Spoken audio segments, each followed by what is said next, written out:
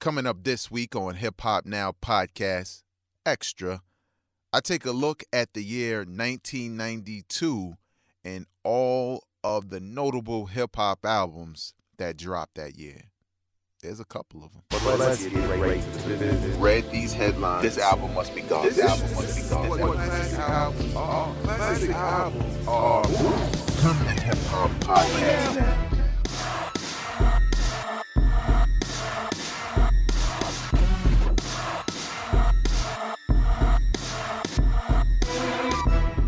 What up, y'all? I am Vegas, and you are listening to Hip Hop Now Podcast Extra right here on SoundCloud.com/Hip Hop Now Podcast. Yeah, I changed it. I got the craziness out of there. So it is now SoundCloud.com/Hip Hop Now Podcast.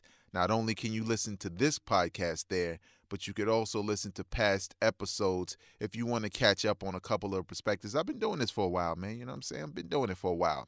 Also broadcasting on DSR.FM, Death Star Radio. Download the app. 24 hours of hip-hop, including hip-hop programs that are geared towards the hip-hop fan in you, including this program. It's available on iOS and Android. Please know, the most important thing you can do for this podcast, if you like it, is to subscribe, comment for sure, hit that like button, and share it with people who you know enjoy hip-hop and enjoy podcasts in general.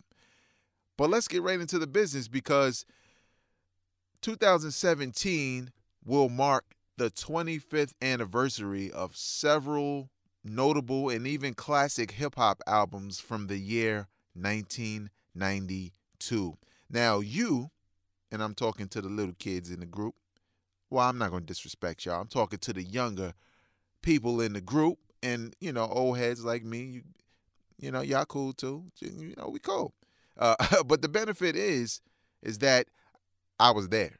So you're going to get my perspective on, you know, a couple of albums that dropped, and let's get right into it, man. We ain't waste no time. Waste no time. There's a lot of them. So, first up, Lord Finesse, sophomore album, Return of the Funky Man, which came out in February of 1992. Let me tell you something, right? You know, when Lord Finesse first dropped with his first album, I think it was called Funky Technician, I didn't own that album. You know, I ain't have no money. I have no job. You know what I'm saying? So I was getting hip-hop secondhand. You know, my brother was a DJ, and he didn't have it. And, you know, friends had it and this and that. And back then, you know, getting a copy was totally different. You know what I'm saying? It wasn't send me the MP3, put it in my Dropbox and all that. You know, I mean, now you can send somebody an album from all the way across the world.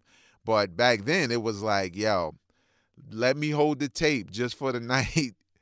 And you had to have the radio with the 2 tape decks so that you could dub it. You know what I'm saying? And once you made a copy, you know, you bring it back to your man, and now you got your own copy. It was bootleg, but, you know, 1992, I was a youngin', so I didn't have no job. I was in school, you know what I'm saying? But nevertheless, when I did have some money, I bought the Lord Finesse album, because for some reason, you know, I wasn't able to get the first one. So I'm like, I'm going to get the second one. And I just remember with that joint, I just remember rocking it because I always liked Lord Finesse's style of rhyming. I like the storytelling. And I also like the production, even though I'm not sure. I think he was doing production even back then, but I wasn't aware of that. At the time, for me, it was just about the new rapper named Lord Finesse.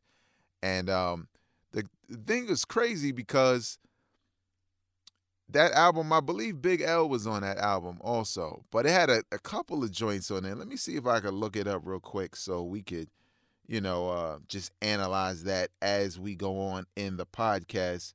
We got a lot of music to cover, so I don't want to get too deep with each one and, you know, go over my time and all of that. But let's see. Lord Finesse. I mean, listen to his name, man. I mean, since then, you know, you had like Lords of the Underground and stuff like that, but the dude name was Lord Finesse. Yeah, see, they even got the photo up here. I know y'all can't see what I'm talking about, but yeah, Funky Technician came out in 1990. That was his debut. Um, Now they have Return of the Funky Man down here for releasing in 1991. Hmm, interesting. Maybe I'm off a little bit. Maybe I didn't own it to 92. That's a great possibility. But nevertheless, still a really dope album. On the track, he had dope records like Party Over Here, FM, Kicking Flavor with My Man. Look at this, Fat for the 90s. You know this is old school. Fat for the 90s. My favorite, Save That Ish. I might listen to that today. You know what I'm saying? Yes, You May. Let's see if we can get a little quick sample. Don't come for me. Okay, that's enough. I don't want them coming for me. Um, but member of the DITC crew, Digging in the Crates crew, Lord Finesse, respect that dude for real. Respect him. He got hits. Coming up, also who else dropped it in March of '92? Another from the DITC crew, Showbiz and AG, and I'm not talking about their album, which I own, but I'm talking about the Soul Clap EP, Soul Clap slash Party Groove EP. You gotta forgive me. See, this typing and talking at the same time is just I'm not one of those.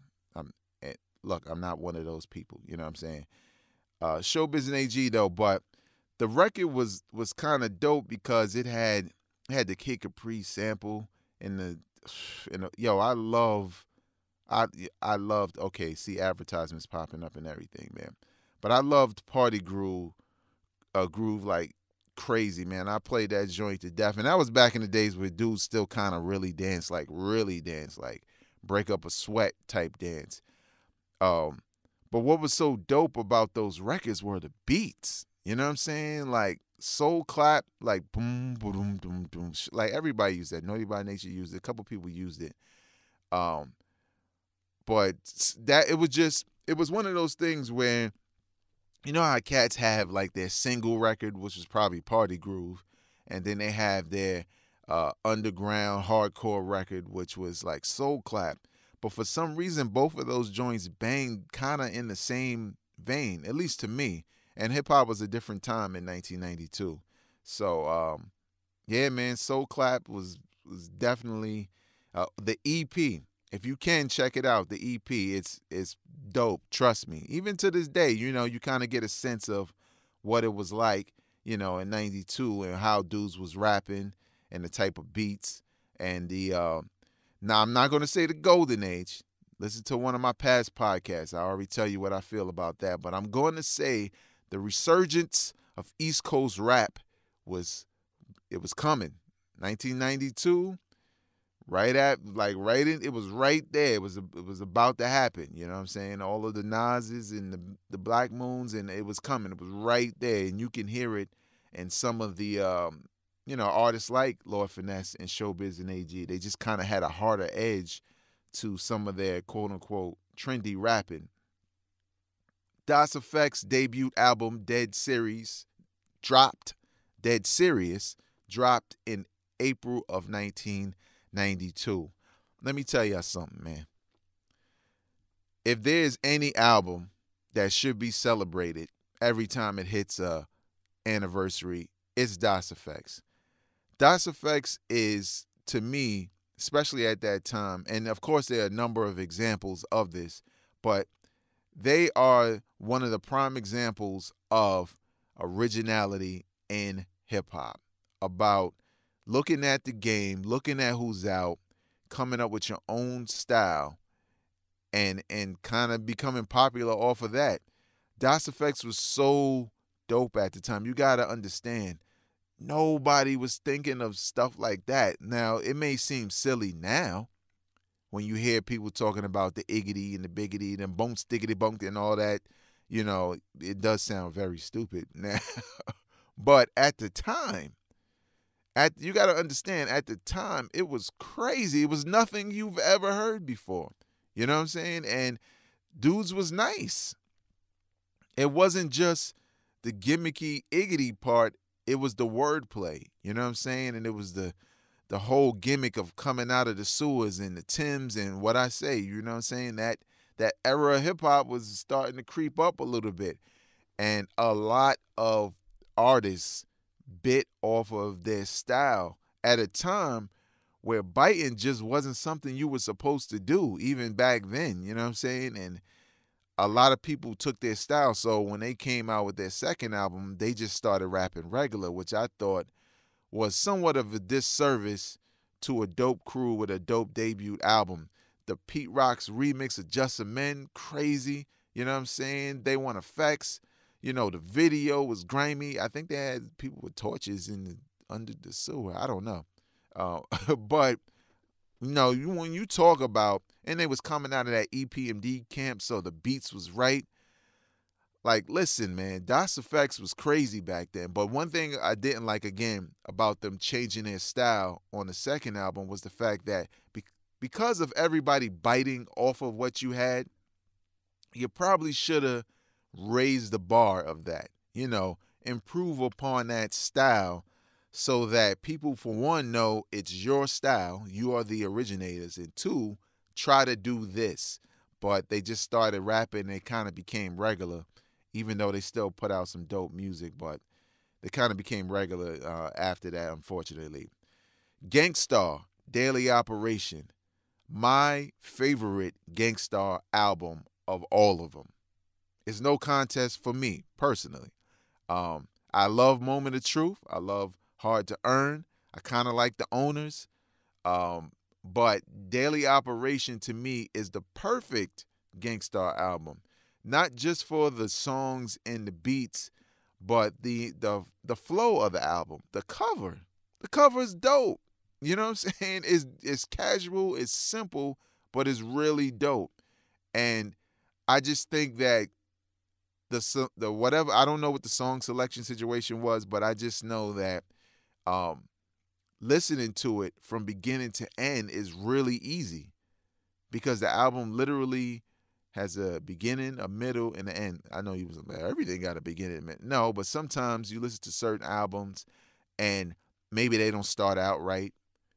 Maybe they start out right and they peak and then they go down. This album was like the tempos changed when they needed to. The subject matter changed when they needed to. When it was about storytelling, it was perfect. When it was about talking about love and being lovesick, there's some joints on there, man. And, the Premier did his thing. Even though on Hard to Earn, he really stepped in there. But yeah, man, just dope storytelling. Guru is, rest in peace, but just completely underrated when it comes to storytelling and being a MC, a master of ceremonies. It's not really, because I've always kind of bagged on some of Guru's rhymes as being way too simplistic, but for his voice with Premier's beats and his perspective on life and different things, that's what kind of made Guru dope. You know what I'm saying? It wasn't really about him being the nicest lyrical MC out there. It was more so about what he brought to the table, and that's what kind of made him dope. And Daily Operation was like the epitome of that for me. I love that album. I literally will every now and again just listen to it. And some of it is nostalgia, some of it is, it's just a classic album to me. It's one of the classics in hip hop. Gang Starr, Daily Operation. Definitely check that out if you haven't heard it before. And get some context with that, make sure you get that. The next one, Pete Rock and Seal's Smooth, Mecca and the Soul Brother, June of 1992, I believe. My one gripe with this classic album, don't get it twisted, it was too long. That was the one thing I didn't like about it. And even to this day, there are a lot of dope records on there. Pete Rock beat-wise, oh my God. Mecca and the Soul Brother. Look at the album cover. I know that's typical, back in the days album cover, but it was just so dope. I believe it was like a double album for back then. But there were records to me that kind of fell flat for me because You know how I talked about the flow with Daily Operation? I felt like it was somewhat the opposite with this album. I felt like they were dope records, but they were here and there. And then Pete Rock having like the beat interludes to lead into it. It's just one of those albums you could, I don't know, you could sit back and think while you play it. Records like Straighten It Out, they reminisce over you. Like I love, I mean, you know that record, man. That's one of those records that's timeless for a reason. Not only because of the timing, but what Pete did with that beat. Mm, what he did with that beat, just the way it starts. You know what I'm saying? I'm not gonna make the sounds and stuff because I don't want to make a fool of myself. But just the way the beat starts and CL Smooth, yo, the verses, the cadence, the flow, the stories, like, you know what I'm saying? And that's one thing a lot of rappers, I'm not just gonna say today because there are some rappers that do it today, but you want to test yourself as an MC, be able to introduce yourself to a listener and have them walk away from a record. One record, it could be a verse, but one record where they feel like they know you. You know what I'm saying? And I feel like when I heard They Reminisce Over You and you hear CL Smooth talking about his family and, you know, naming all his I knew his whole family after that. Like, I could have came to the cookout like, I know y'all, let me get a plate. Uh, maybe not. But, you know what I'm saying? And the video was right. I mean, just the color palette on the video and a flashback for excellent. Pete Rock and CL Smooth, man. Mecca and the Soul Brother. I'm getting in my old head bag. The more I talk about these joints, the more I'm getting excited. Pause. All right, next up, what's another one? In July of 92, now I'm really going to get in my bag. EPMD, Business Never Personal. Let me tell you something. I don't care what you say. This is my opinion, so take it. This is EPMD's best album. It's their best album. Now, I'm a little partial to their second album, Unfinished Business, because that was the first album that I actually owned of EPMD, and I loved every second except for that one party joint. You know what I'm talking about, some whack joint like It's Time to Party. This is when, I think it went like that. This is when, like, dudes kind of had to have like a house type record on there because, you know, I think house music was big. I mean, again, I was young back then. This is 80s or late 80s, maybe 89 or whatever, when Business as Usual came out. I think the Unfinished Business, what am I talking about? Unfinished Business came out. But besides that, Business Never Personal is dope for a number of reasons. First of all, production is bananas to this day.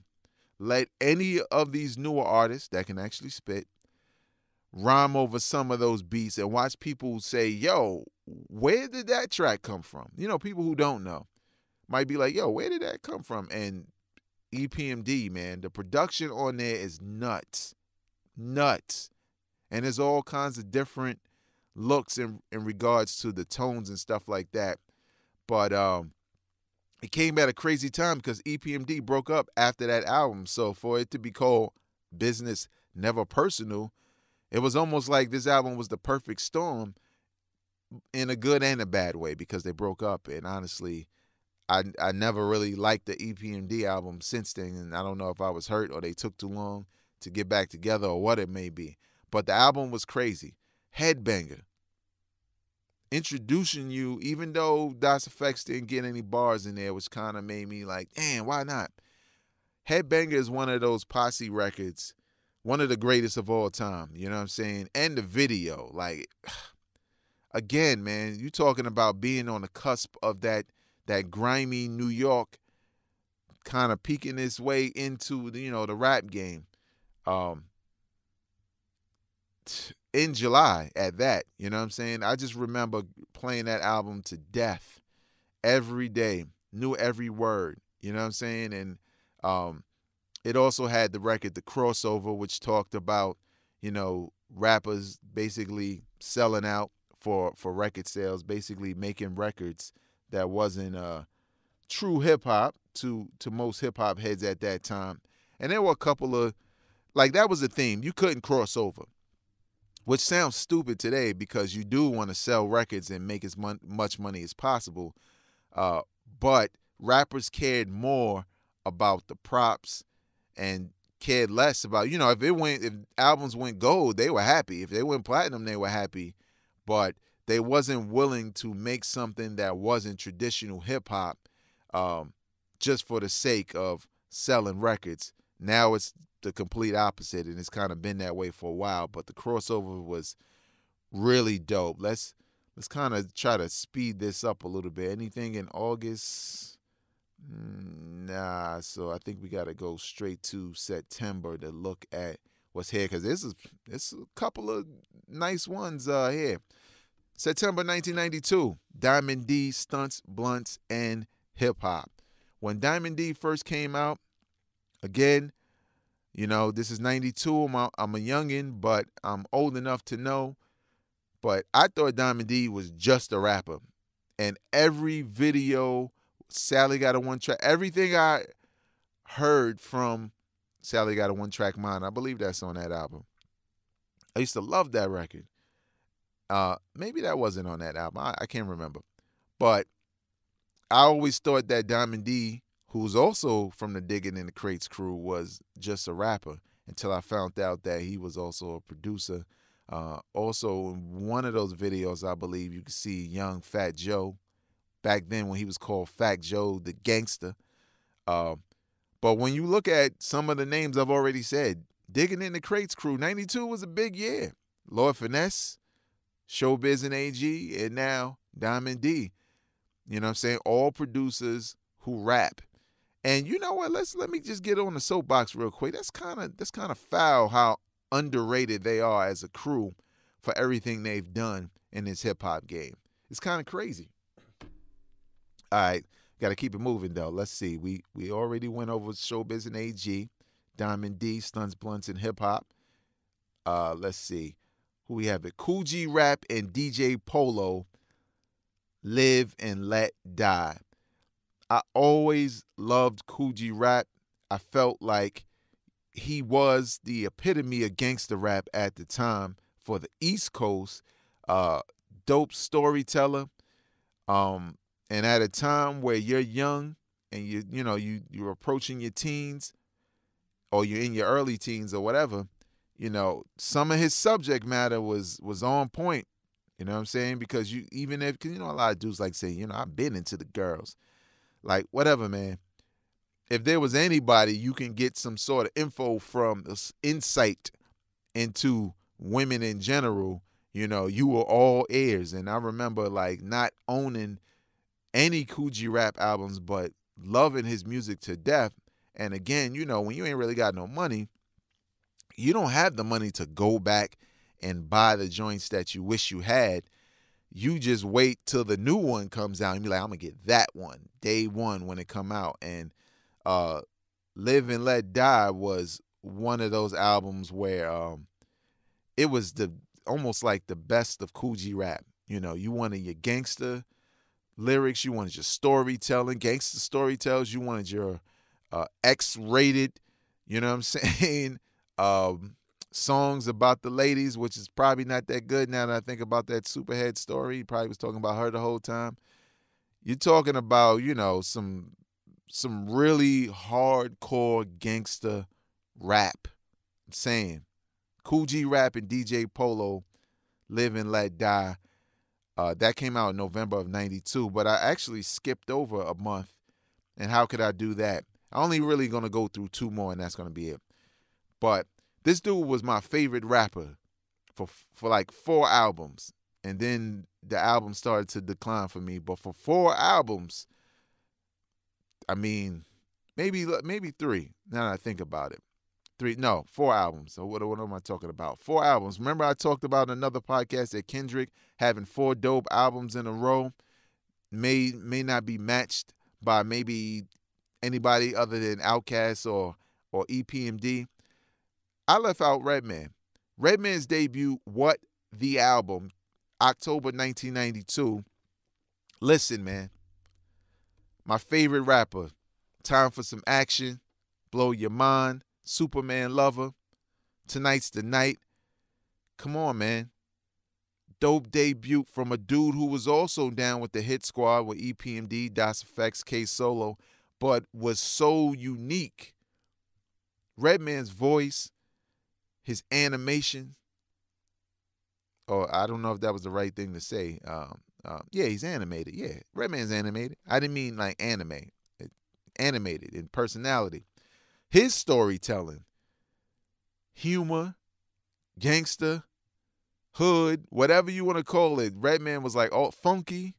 The beats was crazy. Redman, now this isn't to me Redman's best album because that would be Muddy Waters, but this is probably right behind it. Now that I think about it, might be right behind it. What the album, October 1992, crazy. Check that out, Redman. And the last one I'm gonna talk about, you know what it is. Dr. Dre's The Chronic, and I'm just going to talk about it real quick. Honestly, again, around this time, you know, I'm going to the record store all the time, whether I got money or not, seeing what's coming out, because you don't have the internet and you don't have all these ways to tie in to find out when people are releasing music. And there was this little mom and pop, even mom and pop for back then, record shop downtown Brooklyn, right next to the old movie theater on Fulton Street. Not the dirty one for people who know from back then. Well, both of them were dirty, but the better of the dirty ones. I don't know. But it was right next to the movie theater. And it was like little mom and pop. And every time I would go in there, I would be like, they don't have rap in here. They really only have old soul and blues and jazz. But then they had like rap albums stuffed in a section, but it wasn't labeled rap. So I went through it not expecting to get anything, and I saw this album cover with Dr. Dre, and I was like, is this real? Because it looked really fake. The cover looked really fake, and I didn't know anything about it coming out. Dr. Dre wasn't even close to being my favorite rapper out of NWA. That would be Ice Cube, and then MC Ren, and then I don't care about who else raps. But I was like, Dr. Dre, you know, I had already heard Snoop and Deep Cover, so I thought it was dope. But I didn't know he had an album coming out. So I put my faith in the fact that I liked NWA.